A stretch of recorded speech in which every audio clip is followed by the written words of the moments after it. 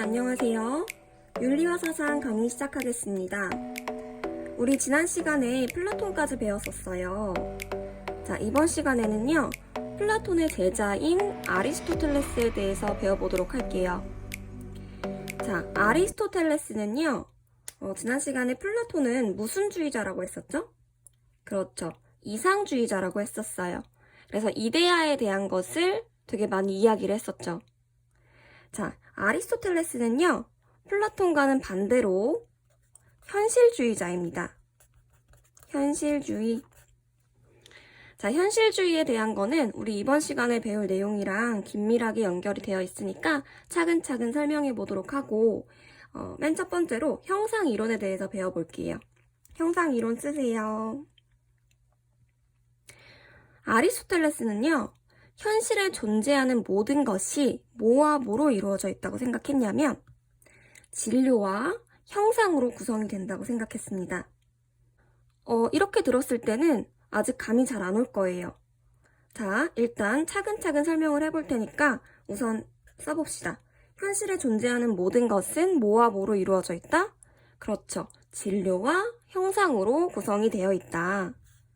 현실에 존재하는 모든 것은 진료와 형상으로 구성된다.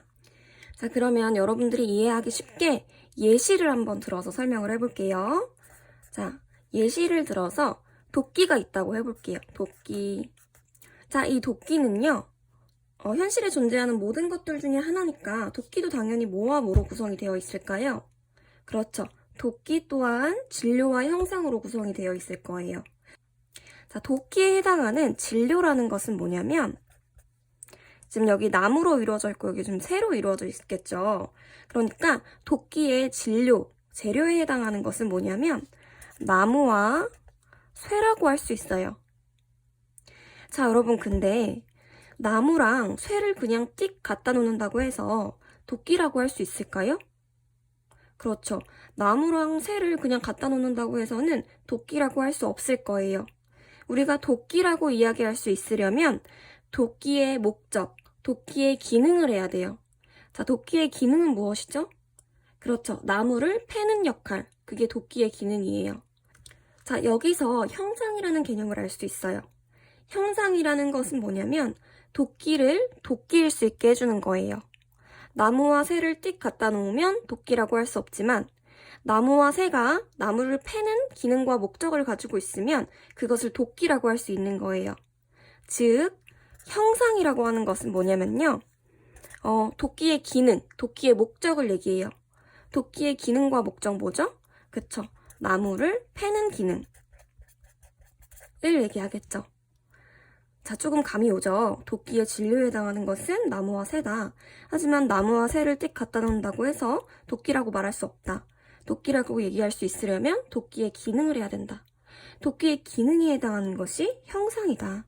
도끼의 목적이 형상이다 라는 거. 그래서 진료가 무엇인지 형상이 무엇인지 개념적으로 정리를 조금 해볼게요. 자, 진료 빼서 쓰세요. 자, 진료라는 것은 뭐라고 할 수 있냐면 형상이라는 것은 나무를 패는 기능이라고 얘기했어요. 그렇기 때문에 형상, 우리가 나무를 패는 기능, 목적을 수행할 수 있으려면 뭐가 필요했죠? 그쵸, 나무와 새가 필요했어요. 그렇기 때문에 진료라는 것은 뭐라고 말할 수 있냐면 형상이 실현될 수 있는 재료라고 할 수 있어요. 재료. 무슨 말인지 알겠죠? 자, 그리고 형상의 뜻은요, 뭐라고 할 수 있을까요? 그렇죠. 진료가 현재의 모습으로 존재할 수 있는 근거가 돼요.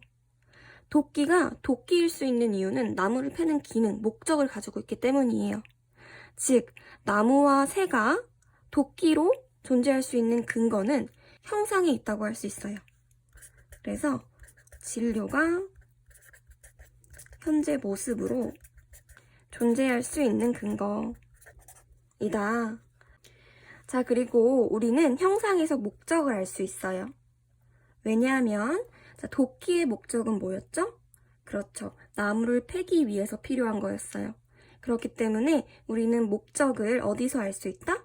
그렇죠. 형상에서 알 수 있다. 그리고 진료가 존재하는 이유는 뭐였다? 그렇죠. 진료가 존재하는 이유는 형상 때문이었다. 진료에 해당하는 건 도끼에서 보면 나무와 새였어요.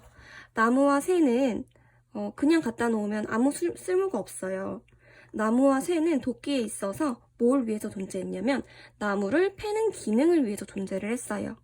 그렇기 때문에 진료도 이렇게 한번 써볼 수 있을 것 같아요. 진료라는 것은 형상을 목적으로 추구한다. 즉, 나무와 새는 나무를 패는 기능을 목적으로 추구한다. 이렇게 써볼 수가 있을 것 같아요. 자, 그리고 우리가 또 여기서 알 수 있었던 점이 뭐였냐면 형상이라는 것은 현실적으로 드러난다는 거예요.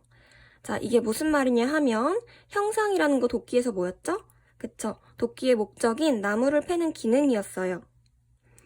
자, 나무를 패는 기능은요. 도끼 안에 잠재적으로 들어있는 기능이에요. 그리고 우리가 도끼를 사용하게 됐을 때 도끼의 기능이 현실적으로 나타나게 되는 거죠. 그렇기 때문에 뭐라고 이야기를 할 수 있냐면 형상은 현실적으로 드러남. 도끼의 기능은 도끼 안에 잠재적으로 들어있다가 사람이 이용을 했을 때 도끼의 기능이 현실적으로 드러나게 되는 것이죠. 여기까지 따라왔죠? 자, 그런데 여기서 또 하나 우리가 주목해야 될 점이 뭐냐면 형상이 현실적으로 드러난다고 했죠. 우리 아까 아리스토텔레스 쓸 때 현실주의자라고 썼어요. 자, 현실주의자라고 쓴 이유가 여기에서 나옵니다. 도끼의 목적은 현실 속에서 실현 가능해요. 현실 속에서 나타나는 거예요. 즉, 형상은 현실적으로 드러나요. 우리 여기서 알 수 있는 비교점은 뭐냐면 우리 지난 시간에 플라톤 배웠었죠. 자, 플라톤의 이데아 배웠었어요. 이데아란 뭐였냐면 선생님이 지난 시간에 강아지를 그려보라고 했어요. 강아지를 그려봤을 때 여러분들이 그린 강아지 그리고 선생님이 그린 강아지 중에 강아지의 이상적인 모습이라고 대표할 수 있는 것은 누가 그린 강아지라고 했어요? 그쵸? 현실 속에서는 그것을 찾을 수 없다고 했어요. 우리는 어디서 찾을 수 있다? 강아지의 이상적인 모습을? 그렇죠. 현실 세계가 아닌 이상 세계 속에서 우리는 강아지의 진짜 본래의 참모습, 이상적인 모습을 찾을 수 있다고 했어요. 즉, 강아지의 본래의 모습, 진짜 본래의 참모습을 플라톤은 이상 세계에서 찾았다면 아리스토텔레스는 어디서 찾았냐면 현실 속에서 찾은 거예요. 모든 물건 가운데에 목적이 되는 형상. 이 형상은 우리가 이상 세계에 가서 확인할 수 있는 것이 아니라 이 현실 속에서 확인할 수 있다는 거죠. 도끼에 나무를 패는 기능이라는 것은 우리가 이상 세계에 가서 확인할 수 있는 것이 아니라 곧바로 현실 속에서 드러날 수 있다는 거죠. 그래서 선생님이 지금 띄우는 그림을 한번 보세요. 그림을 보면 지금 여기 라파엘로라는 사람이 그린 아테네 학당이라는 그림이 있어요. 그래서 거기에 맨 가운데 보면 확대해서 보면 자, 이렇게 두 사람이 나란히 서 있죠. 그런데 한 사람은 어떻게 하고 있죠? 그쵸? 한 사람은 위를 가르치고 있고 한 사람은 어떻게 하고 있죠? 그쵸? 한 사람은 수평을 이렇게 가르치고 있어요. 자, 여기서 상징적으로 나타나는 게 있어요. 위를 가르치고 있는 사람은 하늘을 가르치고 있는 거예요. 이상을 가르치고 있는 거예요. 그러면 이 사람은 플라톤일까요? 아리스토텔레스일까요? 그쵸? 이상주의자인 플라톤을 얘기하고 있는 거예요.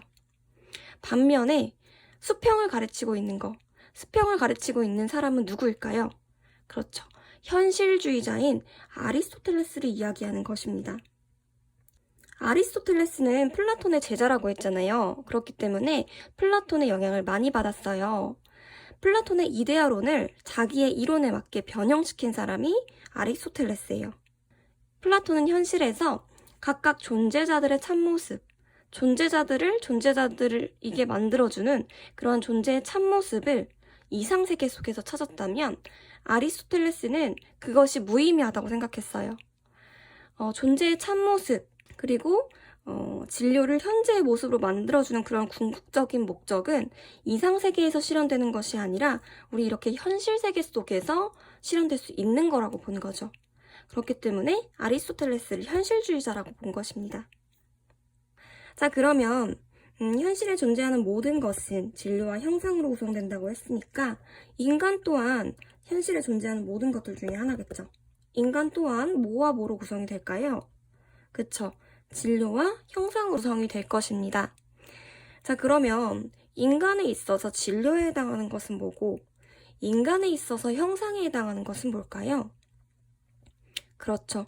일단 인간에 있어서 진료에 해당하는 것은 찾기 되게 쉽죠. 살덩어리, 핏덩어리, 그리고 근육, 피부, 또 뼈, 이런 것들. 우리의 육체가 되겠죠?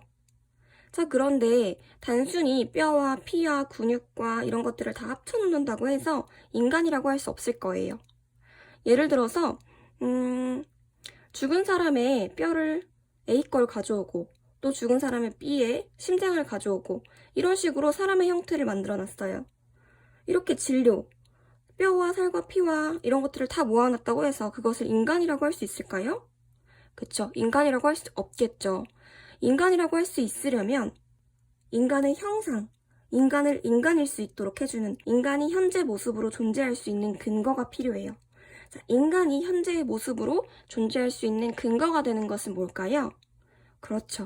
인간의 영혼이라고 할 수 있습니다. 그래서 예시를 이렇게 써볼게요. 인간의 진료에 해당하는 것은 육체이고 인간의 형상에 해당하는 것은 영혼이다. 자, 그러면 인간의 형상은 영혼이라고 했으니까 인간의 목적은 영혼이라고 할 수 있겠네요. 왜냐하면 형상이 목적이라고 했으니까요. 도끼에서 형상이 나무를 패는 기능이었죠. 도끼의 목적은 나무를 패는 기능이었듯이 인간의 목적은 영혼 안에서 찾을 수 있다는 거예요. 그러면 이제부터 2번. 인간의 궁극적인 목적을 영혼 안에서 찾아볼 거예요. 인간의 목적, 인간의 삶의 목적은 뭘까? 그것을 이제부터 알아보는 시간을 가질 거예요. 그래서 2번 목적론 씁시다. 자, 그러면 이제 목적론 설명해 볼게요. 자, 인간은 진료가 뭐라고 했죠? 인간의 진료는 육체. 인간의 육체를 인간일 수 있도록 만들어주는 근거는 뭐라고 했죠? 그죠? 우리 안에 영혼이라고 했어요. 그럼 우리 영혼 안에서 우리의 삶의 목적을 찾을 수 있겠네요. 자, 그래서 지금부터는 어떤 걸 쓸 거냐면 인간의 궁극적인 목적은 뭘까? 인간은 왜 사는 것일까?에 대한 것을 써볼 거예요. 인간의 궁극적 목적. 여러분, 인간은 왜 존재한다고 생각하세요? 그쵸? 대부분의 사람들은 인간은 행복하려고 존재한다 라고 이야기를 할 거예요. 아리스토텔레스 역시 인간의 궁극적인 목적을 뭐라고 생각했냐면 행복이라고 했어요. 행복. 인간이 사는 이유, 인간의 궁극적인 목적은 행복에 있다. 자, 행복을 세 글자로 하면 이렇게 쓸 수 있어요. 최고의 선이다. 아리스토텔레스는요, 인간이 행복해지기 위해서는 인간만이 가진 고유한 기능을 발휘해야 우리가 행복해질 수 있다고 생각했어요. 자, 여러분, 우리 이 세상에서 인간만이 가진 고유한 기능이 뭘까요? 먹는 거, 자는 거, 쉬는 거? 이거 인간만의 고유한 기능이라고 할 수 있을까요? 그쵸, 아니겠죠. 먹고 자고 쉬고 이런 것들은 동물도 할 수 있어요. 인간만이 할 수 있는 고유한 기능이 무엇일까요? 그렇죠. 인간만이 할 수 있는 고유한 기능은 이성, 생각할 수 있는 능력이에요. 즉, 아리스토텔레스는 인간만이 가진 고유한 능력인 이성을 탁월하게 발휘할 때 우리는 행복해질 수 있다라고 생각을 한 거죠. 자, 이성을 탁월하게 발휘하고 있는 상태를 뭐라고 하냐면 관조적 활동이라고 해요. 뭐라고 한다고요? 그쵸. 관조적 활동이라고 한다.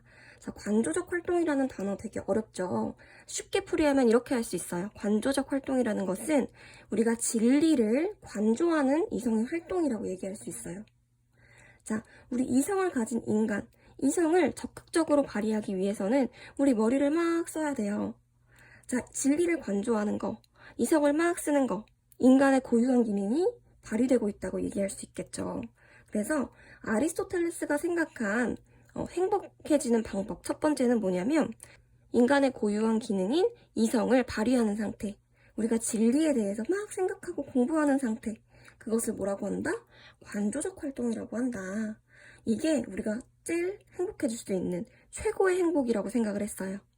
자, 그리고 두 번째, 우리가 두 번째로 행복해질 수 있는 방법이 있어요. 두 번째로 행복해질 수 있는 방법은 뭐냐면 우리가 덕이 있는 사람이 되는 거예요. 뭐다? 그쵸? 덕이 있는 사람이 되면 우리는 행복해질 수 있다고 생각했어요. 우리 헷갈리니까 우선 1번부터 정리하고 2번 다시 설명할게요. 자, 우리의 인간의 궁극적인 목적은 행복에 있다. 그러면 우리가 행복해질 수 있는 방법이란 무엇일까? 첫 번째.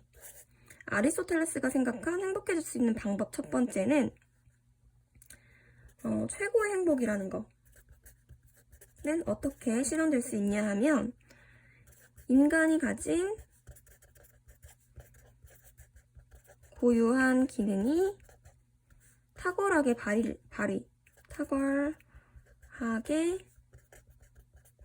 발휘되어야 우리는 최고의 행복을 누릴 수 있어요. 자, 그러면 우리 인간만이 가진 고유한 기능 뭐라고 했죠?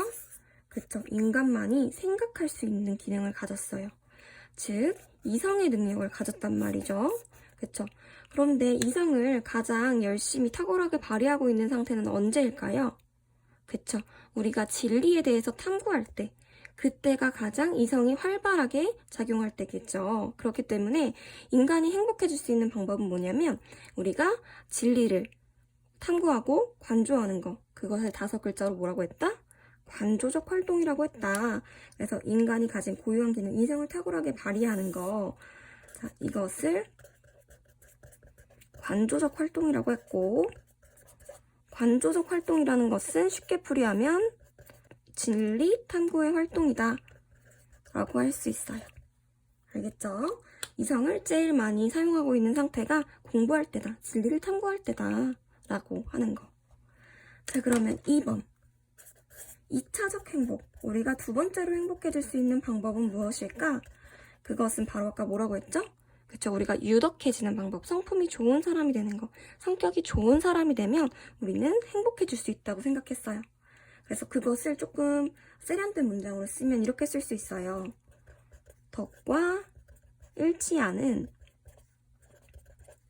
영혼의 활동이다. 알겠죠?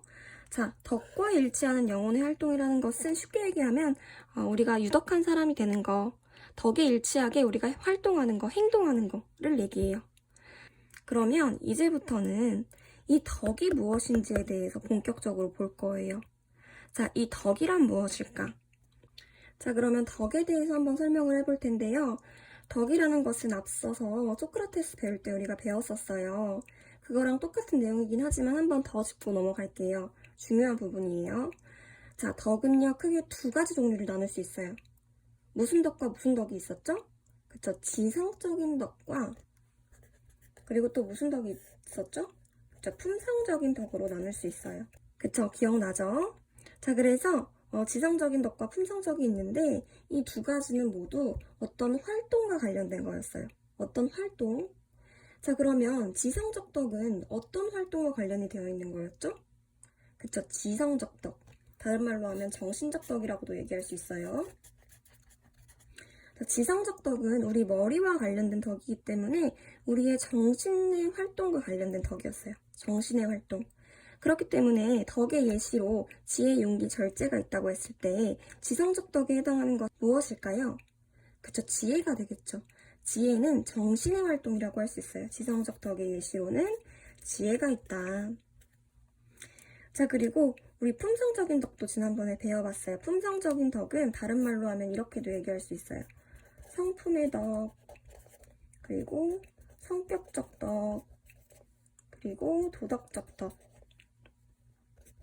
이렇게도 얘기할 수 있고, 또 덕이라는 것은 다른 말로 탁월성이라고도 쓸 수 있습니다. 이 점 알아두고 가셔야 돼요. 모의고사 풀 때 꼭 이 단어로만 나오는 건 아니에요. 이런 단어로 나오기도 하니까 알고 넘어가셔야 해요. 자, 그러면 품성적인 덕이란 뭐였어요? 그쵸, 품성적인 덕이라는 것은 쉽게 얘기하면 이런 거예요. 성격이 좋은 사람, 품성이 좋은 사람이라고 얘기했을 때 우리는 보통 성격이 좋은 사람을 떠올리죠. 그거예요. 품성적 덕을 갖춘 사람을 쉽게 얘기하면 저 사람은 성격이 좋은 사람이구나 이렇게 얘기할 수 있어요. 그래서 성격적 덕이라고도 표현을 했고요. 자, 그런데 품성적 덕도 어떤 활동과 관련이 있는 거라고 했죠. 자, 활동과 관련이 있는데 품성적 덕은 어떤 활동과 관련이 있다고 했죠? 그쵸? 우리가 직접적으로, 육체적으로 활동하는 실천과 관련이 있다고 했어요. 그래서 우리가 예시로 지혜, 용기, 절제라는 덕이 있을 때 품성적 덕에 해당하는 예시로는 뭐를 찾을 수 있었죠? 그쵸? 용기와 절제를 찾을 수 있었어요. 용기와 절제는 우리가 정신적으로 활동하는 게 아니라 우리가 용기 있는 사람, 절제 있는 사람이 되기 위해서는 우리가 직접적으로 육체가 활동, 습관적으로 실천과 활동을 해야 돼요.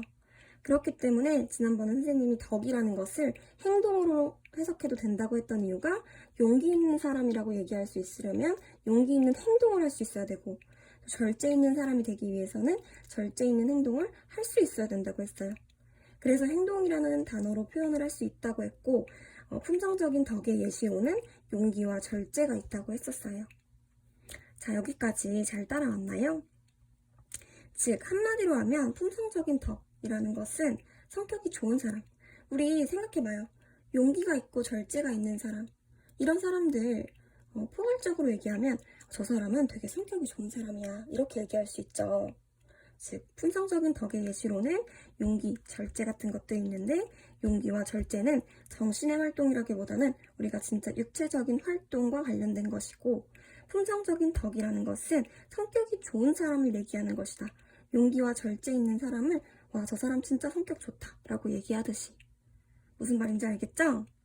자, 그러면 우리 이제 진짜 중요한 품성적 덕 그리고 지성적 덕에 대해서 구체적으로 한번 볼 거예요. 4번 먼저 뭐부터 볼 거냐면 품성적 덕부터 볼 거예요. 품성적 덕.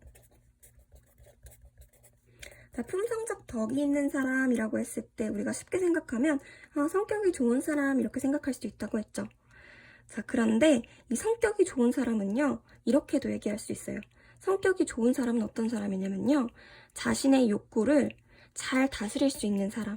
그런 사람이 성격이 좋은 사람이고 품성의 덕을 갖춘 사람이에요. 자, 자신의 욕구를 잘 다스릴 수 있으려면 누구의 명령을 따라야 될까요? 그쵸? 우리 안에 있는 욕구, 자고 싶고 쉬고 싶고 이러한 욕구를 잘 다스릴 수 있으려면 우리의 이성의 명령에 잘 따라야 돼요. 여러분 생각해보세요. 여러분 지금도 공부를 하고 있지만 이거 빨리 끝내고 자고 싶다, 게임하고 싶다 이런 생각하고 있죠. 자, 이러한 욕구를 잘 컨트롤해주는 건 지금 뭐죠? 그쵸? 여러분들의 머리.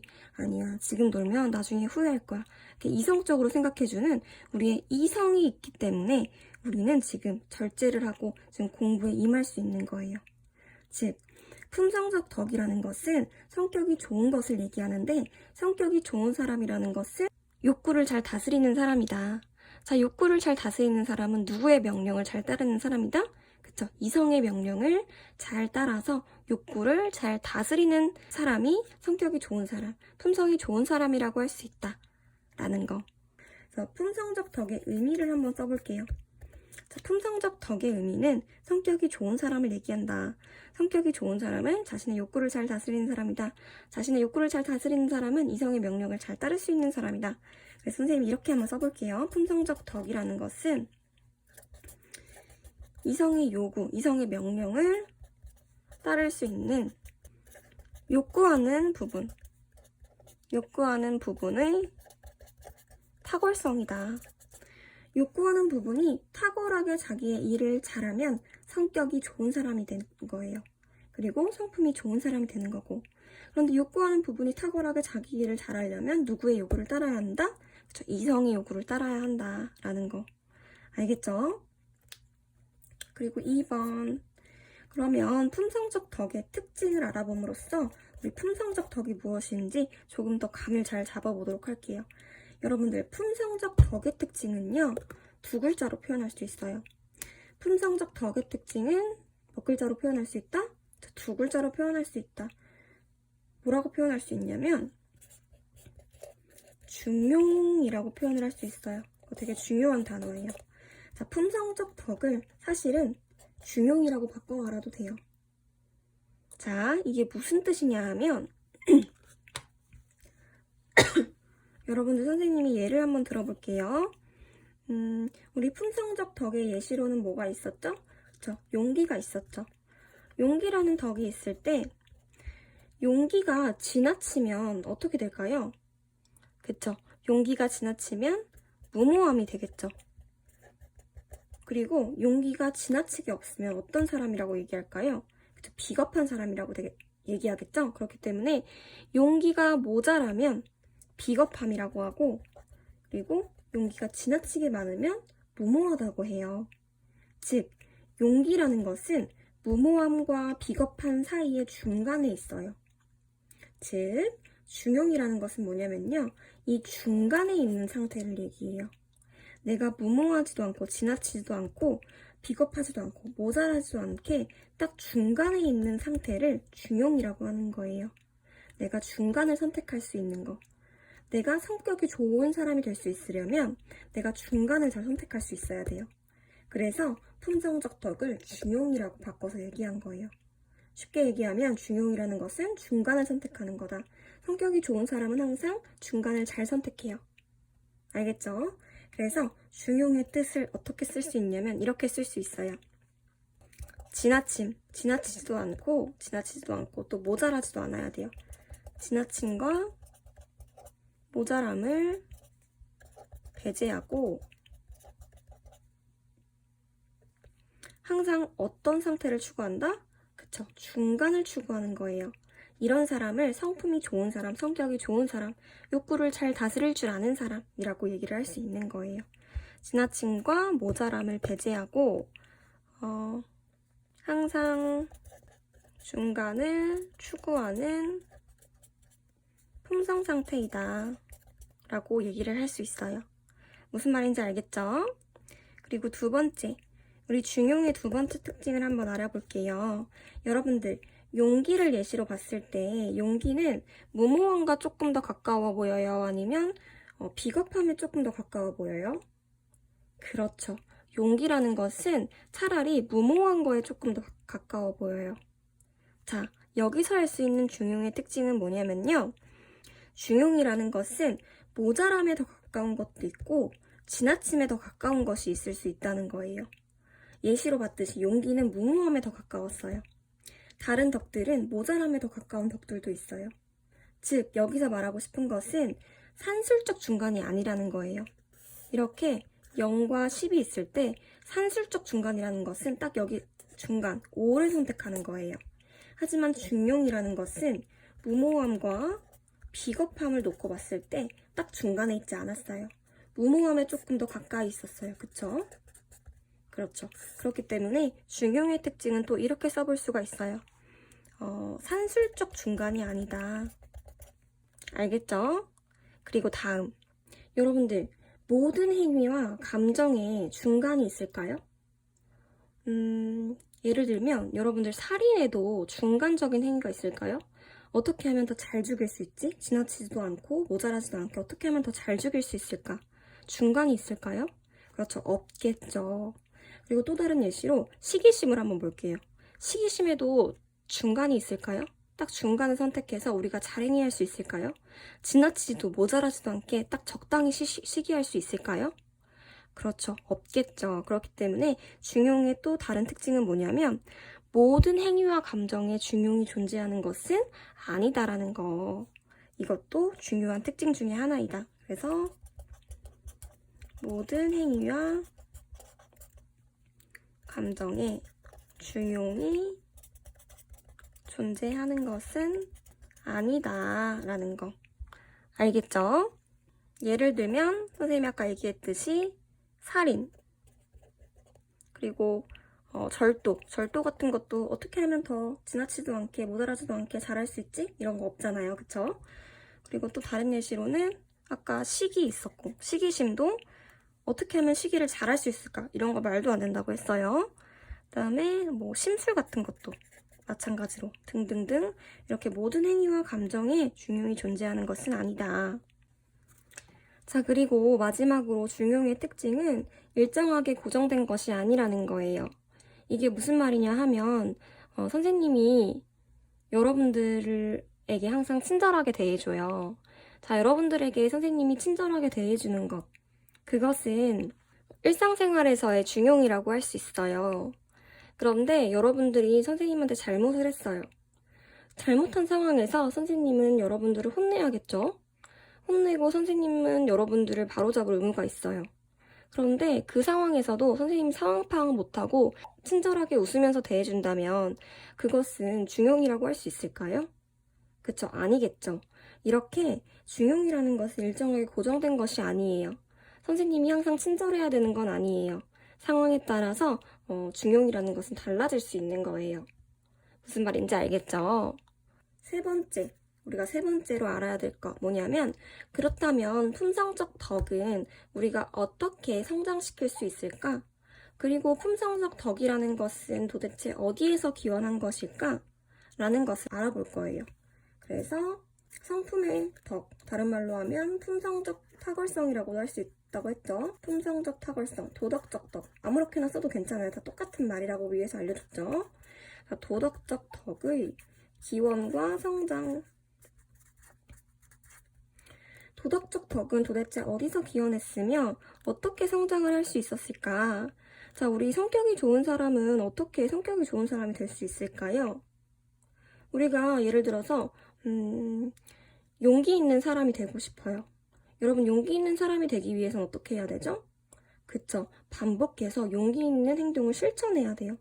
그러면 용기 있는 행동이 우리 몸의 습관화가 되겠죠. 그러다 보면 우리는 어느샌가 용기 있는 사람이 되어 있을 거예요. 즉, 우리가 성격이 좋은 사람이 되기 위해서는, 포괄적으로 얘기해서는 성격이 좋은 사람이 되기 위해서는, 또 세부적으로 얘기해서는 용기 있는 사람, 절제 있는 사람이 되기 위해서는 어떻게 해야 하냐면은, 우리가 좋은 것이 무엇인지, 나쁜 것이 무엇인지 알을 토대로 덕이 있는 행위를 꾸준히 실천해야 돼요. 용기 있는 행위를 꾸준히 실천해서 용기 있는 사람이 되는 것처럼. 그래서 뭐라고 쓰냐면, 좋은 것과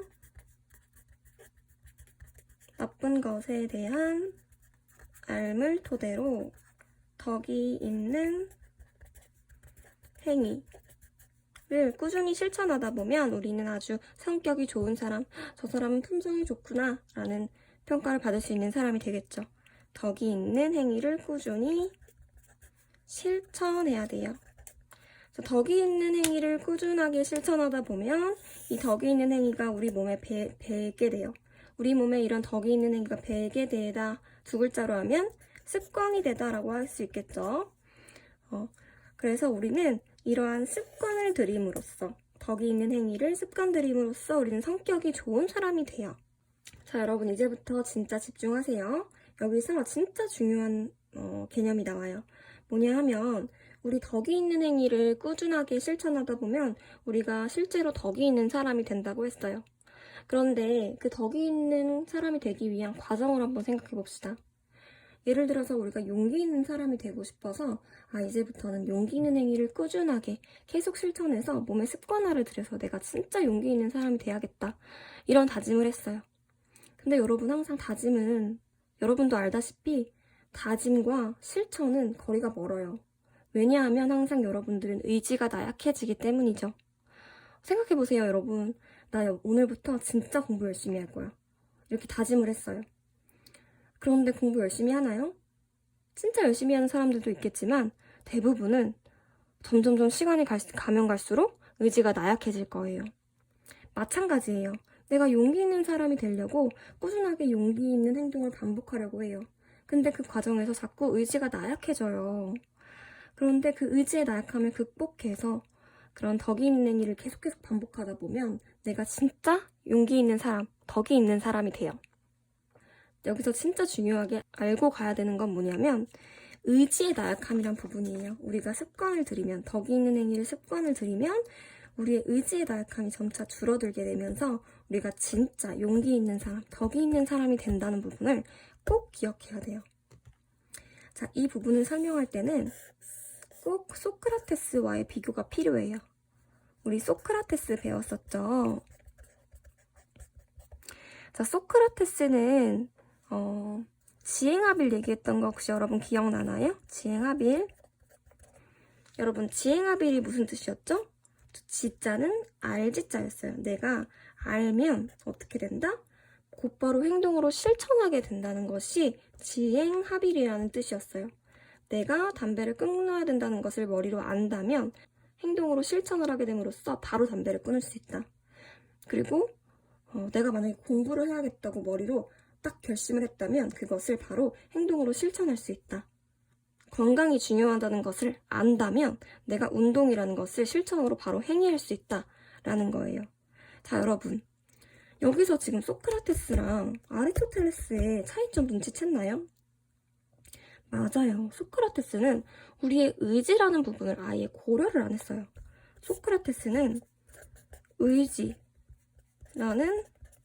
부분을 고려하지 않았어요.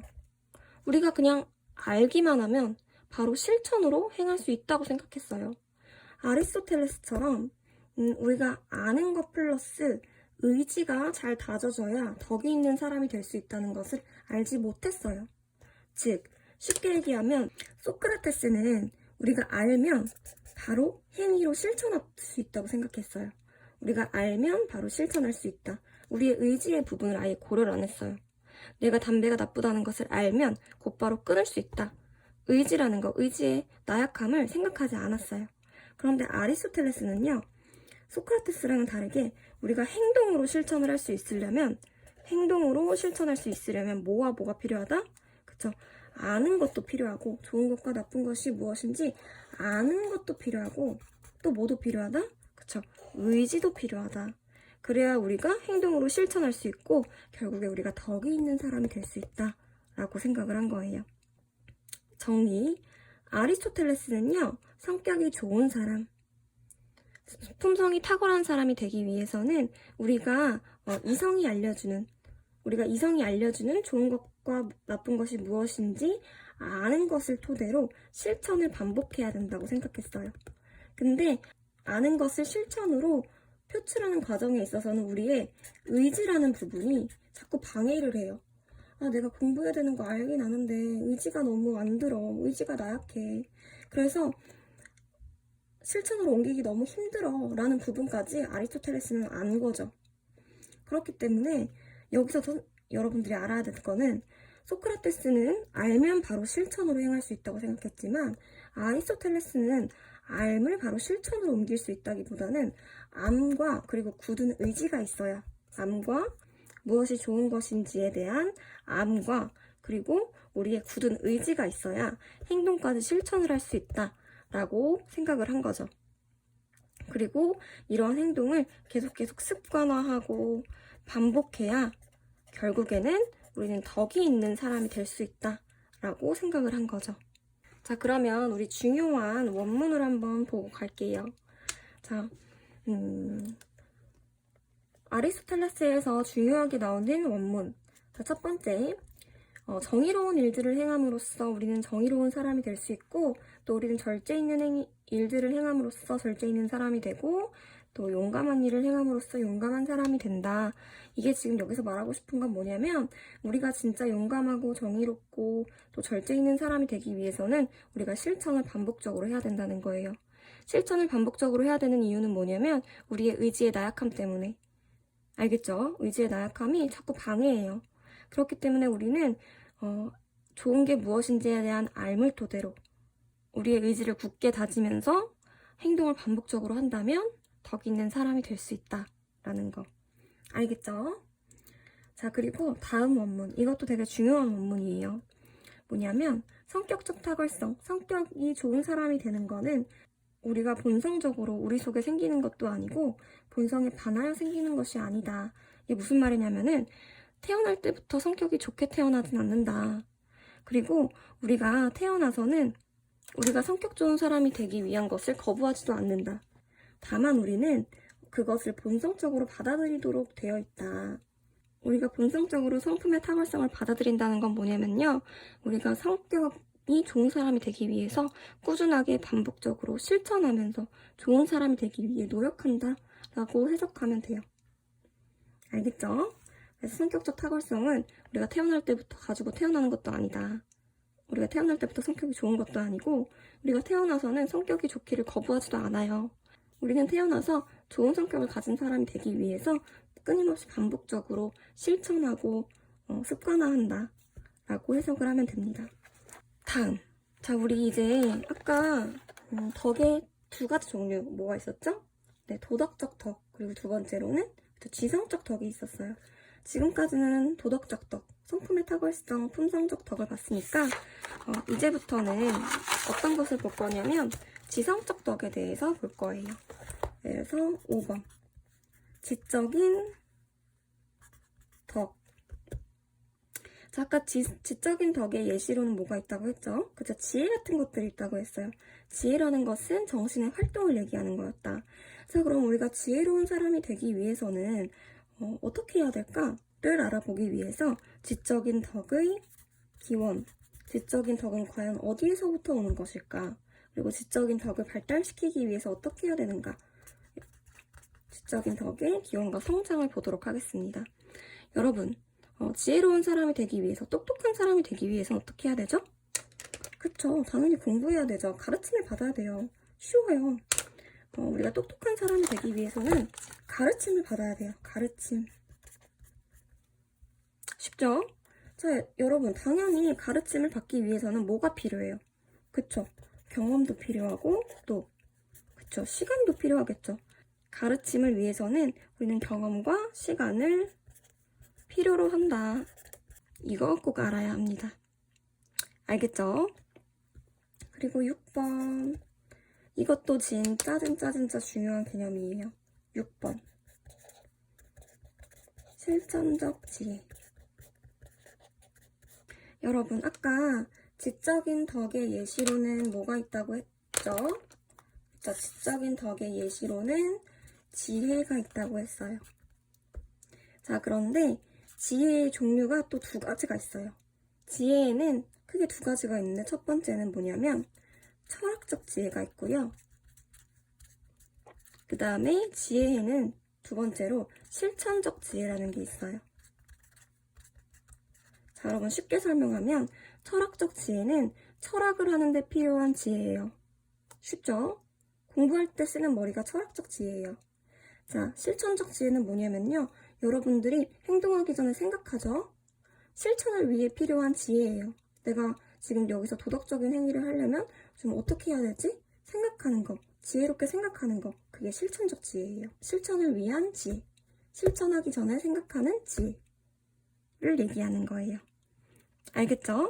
그래서 실천적 지혜, 여기서 말하는 실천적 지혜에 대해서 조금 더 구체적으로 살펴보도록 할게요. 자, 그러면 실천적 지혜의 의미를 써주도록 할게요. 실천적 지혜의 의미. 실천적 지혜라는 건 뭐냐면요. 말 그대로예요. 우리에게 좋은 것과 나쁜 것이 무엇인지 이성이 알려주는 거. 그게 실천적 지혜예요. 알겠죠? 그래서 실천적 지혜는 우리한테 무엇이 좋은지 나쁜지 알려주는 역할을 한다. 그래서 실천적 지혜의 의미. 인간에게 좋은 것과 나쁜 것에 관련해서 인간에게 좋은 것과 나쁜 것이 무엇인지 이성이 알려주는 거. 이성을 가지고 행위를 산출하는 품성 상태다 라고 할 수 있어요. 문장은 조금 어렵지만 여기서 의미하는 바는 뭐다? 우리가 어떻게 행위해야 되는지 이성이 알려주는 거, 무엇이 좋은지 나쁜지를 알려주는 거다. 알겠죠? 그래서 실천적 지혜의 역할은 뭐냐면 인간에게 선과 악이 무엇인지, 그리고 아까 우리가 말했던 중용이 무엇인지 알려주는 역할을 해요. 아까 우리 성품의 사진성 정의에서 뭐라고 했었냐면요. 품성적 덕의 의미가 이성의 요구를 따를 수 있는 욕구하는 부분의 탁월성이라고 했어요. 성격이 좋은 사람은 욕구를 잘 다스리는 사람이에요. 욕구를 잘 다스린다는 것은 이성의 명령을 잘 따른다는 거예요. 여기서 말하는 이성의 요구를 잘 따른다는 건 뭐냐면 여기서 말하는 이성이 실천적 지혜라는 거예요. 이성 중에서 실천적 지혜라는 부분이 욕구하는 부분에게 야, 너 지금 이렇게 해야 돼 라는 것을 알려줘요. 그래서 그 욕구하는 부분이 이성의 요구를 따르면 우리는 품성이 좋은 사람, 성격이 좋은 사람이 되는 거예요. 그리고 아까 도덕적 덕에 기원과 성장에서 좋은 것과 나쁜 것에 대한 알물 토대로 덕인 행위를 실천한다고 했죠. 자, 욕구하는 부분이 이성의 영령을 잘 따르면 성격이 좋은 사람이 된다 라고 했을 때 이성을 실천적 지혜라고 했어요. 그럼 여기서 말하는 좋은 것과 나쁜 것에 대한 알을 알려주는 것도 누구다? 그쵸, 실천적 지혜다. 실천적 지혜가 우리한테 무엇이 좋은 건지 나쁜 건지 알을 우리한테 알려줘요. 그러면은 우리의 욕구하는 부분이 그거를 잘 따라요. 그래서 그걸 반복적으로 실천하다 보면 의지의 나약함도 줄어들고 결국에는 우리가 좋은 사람, 성격이 좋은 사람, 성품이 좋은 사람이 될 수 있다는 것이죠. 알겠죠? 즉, 우리는 이렇게 써볼 수가 있어요. 실천적 지혜는 우리에게 선악이 무엇인지 알려주고 또 어떻게 하는 것이 중용인지 알려줘요. 무슨 말인지 알겠죠? 아까 품성적 덕, 성격이 좋은 사람이 된다는 것은 욕구하는 부분이 자기의 욕구를 잘 다스린다는 건데 욕구하는 부분이 자신의 욕구를 잘 다스리기 위해서는 이성의 그런 명령을 잘 따라야 된다. 근데 그 이성의 명령이라고 했던 게 사실은 실천적 지혜를 얘기하는 거였어요. 실천적 지혜. 우리가 실천하기 전에 어떤 행위를 해야 되는지 알려주는 거. 지식적인 것을 알려주는 거. 인간에게 좋은 것과 나쁜 것을 욕구하는 부분에게 알려줘요. 그러면 우리가 욕구하는 부분을 그거를 잘 따르고 결국에는 성격이 좋은 사람, 품성이 좋은 사람이 되는 것이죠. 다음 7번. 자, 우리 벌써 마지막 부분까지 왔어요. 7번. 그러면 성품의 탁월성과 도덕적 덕과 실천적 지혜는 무슨 관계일까? 자, 이게 마지막이에요. 자, 여러분, 품성의 탁월성이라는 것은 성격이 좋은 사람이 되는 거, 성격이 좋다는 거는 우리 욕구하는 부분, 자고 싶고 먹고 싶고 쉬고 싶고 이런 부분이 이성의 명령을 잘 따르는 거였어요. 우리가 생각한 대로 잘 행위하는 거였어요. 자, 여기서 말하는 이성이라는 것은 실천적 지혜를 얘기하는 거였어요.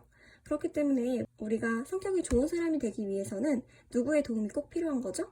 그쵸, 실천적 지혜의 도움이 꼭 필요한 거죠. 그렇기 때문에 이렇게 쓸 수 있어요. 실천적 지혜가 없으면 지혜 없이는 품성적 덕이 형성될 수 있다 없다? 형성될 수 없다. 그리고 반대로도 마찬가지예요. 품성적 덕 없이는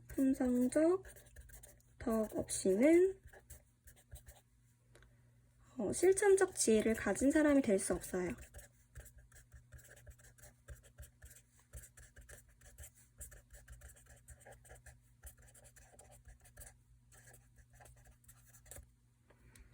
자, 여러분, 실천적 지혜. 우리가 행동하기 전에 무엇이 옳고 그른지를 판단을 잘하기 위해서는 우리가 선행적으로 좋은 사람이어야 돼요. 성격이 좋은 사람이어야 돼요.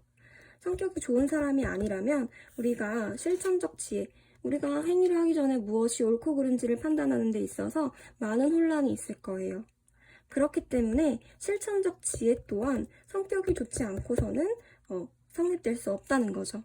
그렇기 때문에 실천적 지혜와 품성적 덕은 둘이 같이 다니는 관계이다 라는 것까지 알아봤습니다. 오늘은 되게 굉장히 어려운 부분을 했는데 잘 따라와 주었어요. 오늘도 수고 많았고요. 다음 시간에 보도록 할게요. 안녕.